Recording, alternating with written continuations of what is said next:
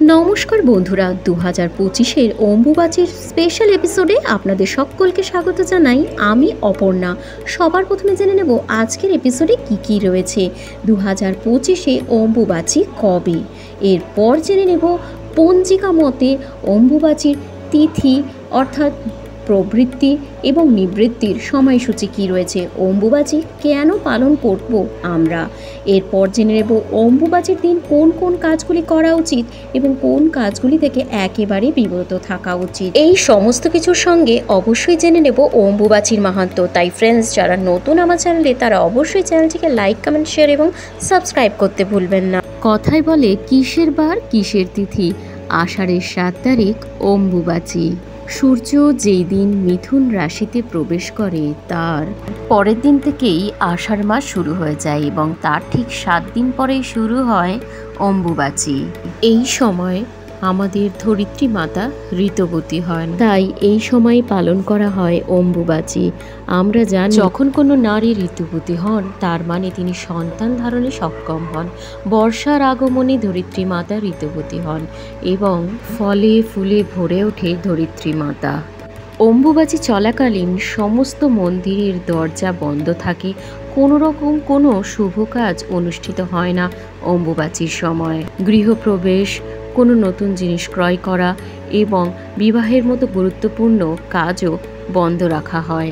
অম্বুবাচীকে বিভিন্ন জায়গায় বিভিন্ন আঞ্চলিক নামে বলা হয়, যেমন অনেক জায়গায় অমাবতী বলা হয়, আবার অনেক জায়গায় রজত উৎসবও বলা হয়ে থাকে। এই সময় কামাখ্যা মন্দিরে এক বিশাল মেলার আয়োজন হয়, যা কিন্তু জগৎ বিখ্যাত।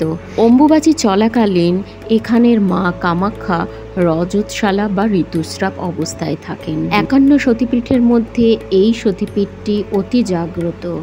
এখানে রয়েছে মায়ের যোনি। যেই সময় থেকে অম্বুবাচী তিথি শুরু হয় সেই সময় থেকে শুরু করে 3 দিনের জন্য গর্ভগৃহের দরজা আপনা আপনি বন্ধ হয়ে যায়। আবার চতুর্থ দিনের দিন মাকে স্নান করিয়ে সুসজ্জিত করে এই মন্দিরে তারপরই দর্শন শুরু হয়। কথিত আছে এই চতুর্থ দিনের দিন মা কামাখ্যার দর্শন করলে মনস্কামনা পূর্ণ হয় এবং সমস্ত পাপের স্খলন হয়।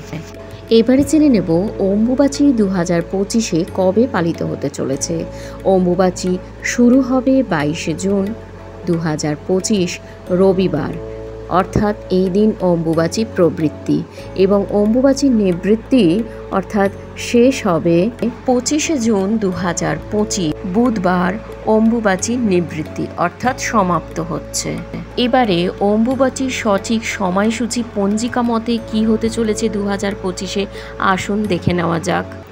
22 জুন 2025 রবিবার দুপুর 2:47 থেকে শুরু হবে অম্বুবাচী প্রবৃত্তি, অর্থাৎ অম্বুবাচীর সময় শুরু হচ্ছে।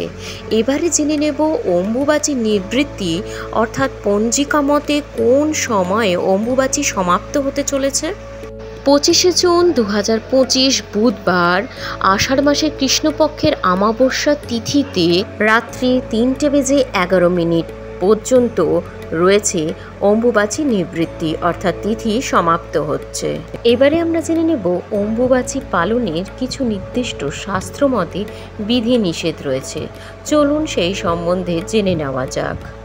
অম্বুবাচী চলাকালীন কোনো মাতৃশক্তির পুজো অর্থাৎ কালী, দুর্গা কোনো প্রকারেরই ফটো কিংবা মূর্তি কোনো কিছুতেই পুজো করা উচিত নয়। লাল কাপড় দিয়ে এই সময় ঢেকে রাখা উচিত। 4 দিনের অম্বুবাচী তিথি সমাপ্ত হওয়ার পর লাল কাপড় দিয়ে ঢেকে রাখা দেবদেবীর মূর্তি এবং ফটোকে সবার প্রথমে পরিষ্কার করে তার আসন পরিষ্কার করতে হবে এবং মূর্তি এবং ফটোগুলোকে স্নান করিয়ে শুদ্ধ বস্ত্র পরিধান করানোর পর সুসজ্জিত করে তারপরই পুজো আবার আরম্ভ করতে হবে।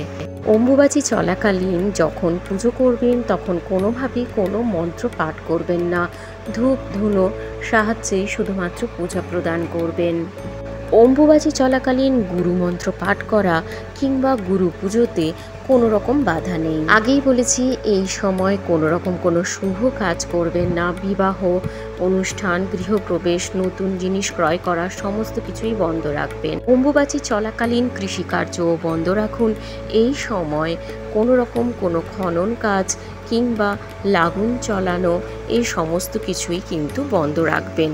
আশা করি আমার আজকের ভিডিও আপনাদের ভীষণ ভালো লেগেছে। ভালো লাগলে চ্যানেলটিকে লাইক, কমেন্ট, শেয়ার এবং সাবস্ক্রাইব করতে ভুলবেন না, এবং অবশ্যই পাশে থাকা বেল আইকনটি প্রেস করবেন, যার জন্য আমার চ্যানেলে যখন যখন নতুন ভিডিও আসবে আপনার কাছে তার নোটিফিকেশান যাবে সবার আগে।